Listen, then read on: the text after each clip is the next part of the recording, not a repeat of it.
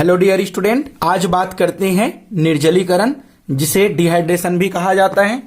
जो डिहाइड्रेशन होता है वह होता है जनरली जो भी कंपाउंड है उस कंपाउंड से अगर पानी का निकलना हो तब उसे डिहाइड्रेशन कहा जाता है। इनकी डेफिनेशन एक बार पढ़ ले।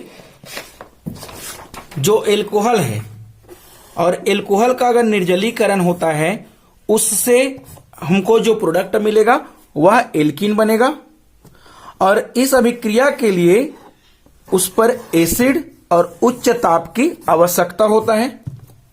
और उसके बाद अगर अम्ल के जगह में अगर HCl डाल दे और उसके साथ जिंक क्लोराइड डाल दिया जाए तब उसे लुकास रिएजेंट कहा जाता है। और इस तरह से इस लुकास रिएजेंट के थ्रू एल्कोहल की पहचान किया जा सकता है, जो कि अगले लेक्चर पर बात करेंगे। देखिए, जो निर्जलीकरण की जो क्रम होता है वह जनरली तृतीयक एल्कोहल में सबसे अधिक होता है। हम लोगों ने तो पहले पढ़ ही चुके हैं कि इस तरह से अगर एल्कोहल हो और इस एल्कोहल में अगर हाइड्रॉक्सिल बॉन्ड टूटे या जो कार्बन और ऑक्सीजन के बीच में जो बॉन्ड है वह जब ब्रेक होगा तब जो एल्कोहल का हाइड्रॉक्सिल समूह है वह तृतीयक एल्कोहल ज्यादा रिएक्टिविटी होता है, उसके बाद सेकेंडरी, उसके बाद जो कि प्राथमिक एल्कोहल होता है। जैसे कि एग्जांपल है, इस तरह से अगर CH2, CH3, CH2 और OH है, इस एल्कोहल से H2O का बाहर निकल जाए उस कंडीशन में जनरली एल्कोहल जो बनेगा वह CH2 डबल बॉन्ड CH2 यानी कि एल्कीन बनाएगा। वैसे अगर नेक्स्ट एग्जांपल की बात करें, इस तरह से एग्जांपल ले ले कि CH3, CH2, CH और यहां से OH, CH2 और CH3। इस एग्जाम्पल को डिहाइड्रेशन किया जाए यानी कि H2O को बाहर निकाल दिया जाए। उस कंडीशन में हमें पता है यहां से हाइड्रॉक्सिल समूह निकल जाएगा और उसके बाद इस 5 कार्बन में से कहीं एक से हाइड्रोजन प्लस आयन निकलेगा। लेकिन यह हाइड्रोजन प्लस आयन किस हाइड्रोजन एटम से निकलेगा उसको समझने के लिए एक कॉन्सेप्ट जानना जरूरी हो जाता है कि सेट-जॉफ रूल और हाफ मैन रूल के बारे में। चलिए हाफ मैन और सेट-जॉफ रूल को देखें। अगर सेट-जॉफ की रूल की बात किया जाए तो देखिए, जो सेट-जॉफ रूल जो रहता है वह जल के रूप में कोई कंपाउंड है उसे निकालता है। तो किस कार्बन से निकालेगा? अगर जो कार्बन बीटा कार्बन है और उस बीटा कार्बन पर जो हाइड्रोजन परमाणु है वह निकलेगा जो कि कम हाइड्रोजन से जुड़ा हो। और इस नियम को सेट-जॉफ नियम कहा जाता है। जल के रूप में उस कार्बन से हाइड्रोजन परमाणु निकलता है जो कम हाइड्रोजन से जुड़ा रहता है, इसे सेट-जॉफ नियम कहा जाता है। और इस तरह से सेट-जॉफ नियम से जो प्रोडक्ट बनता है उसे सेट-जॉफ प्रोडक्ट कहा जाता है।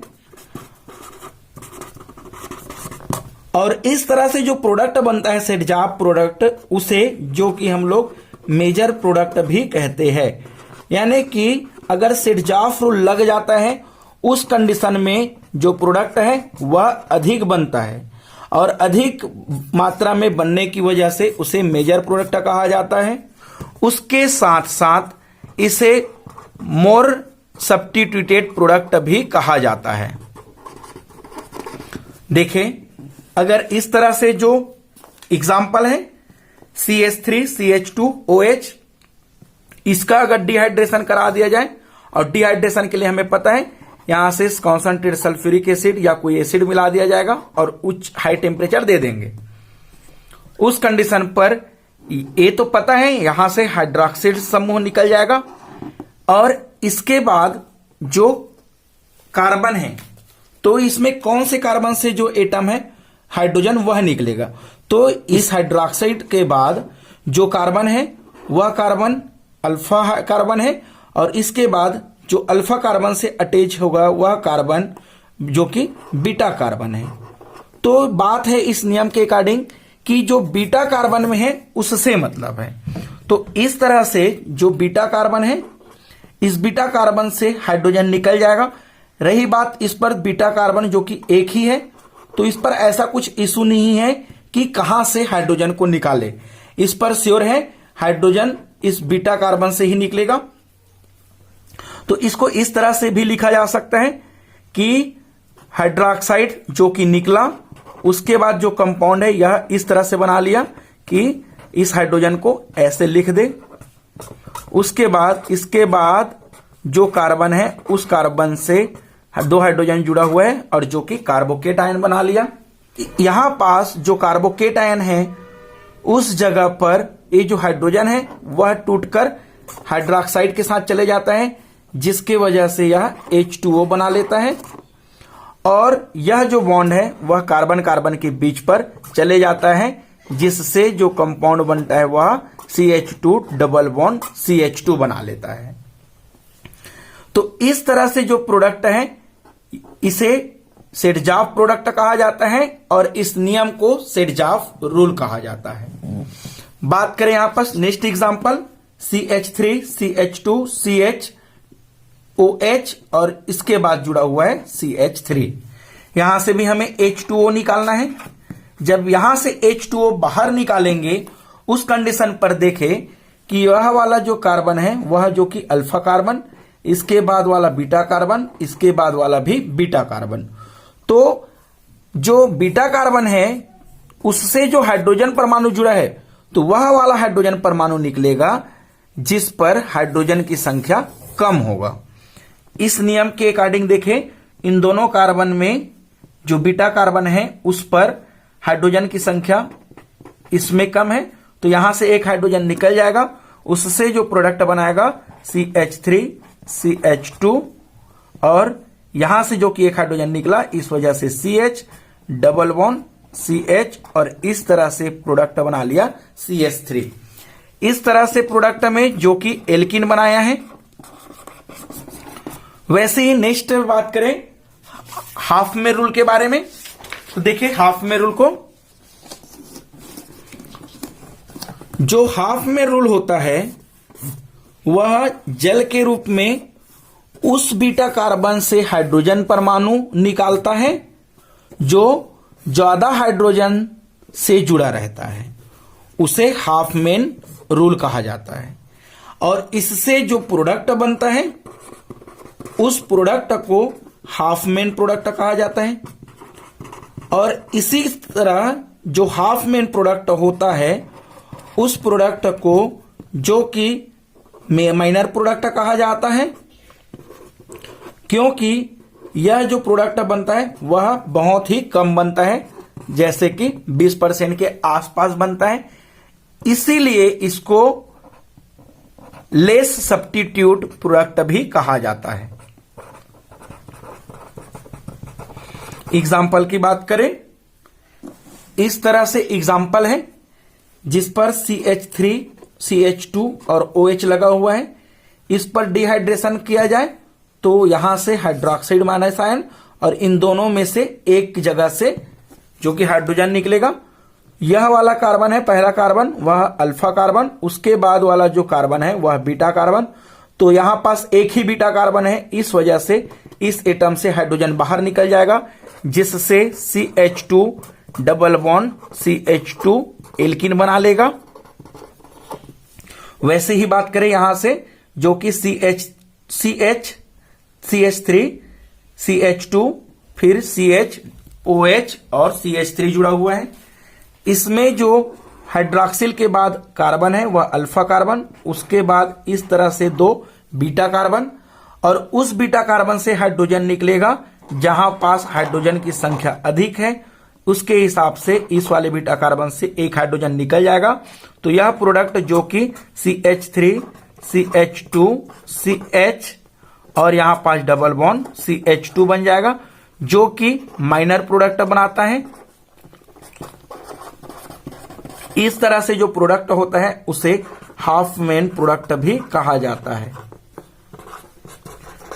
चलिए बात करते हैं एक और एग्जांपल की, जो कि हम लोग डिहाइड्रेशन पर पढ़ रहे हैं, उसी के अकॉर्डिंग।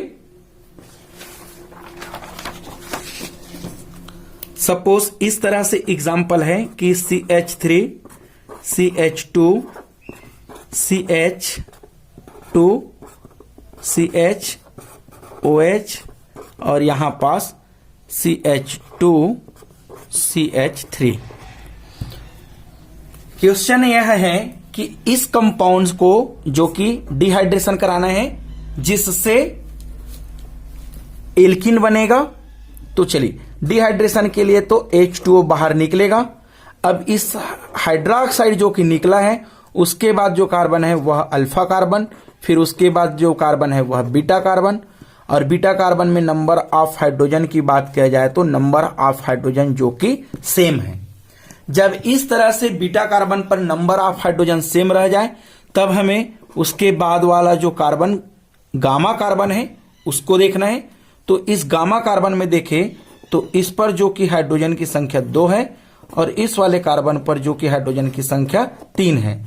उस कंडीशन पर अगर सेट जॉब प्रोडक्ट है यानी कि जो मेजर प्रोडक्ट बनाना है तो यहां से हाइड्रोजन निकालना है, और अगर माइनर प्रोडक्ट बनाना है उस कंडीशन में इस जगह से निकलेगा।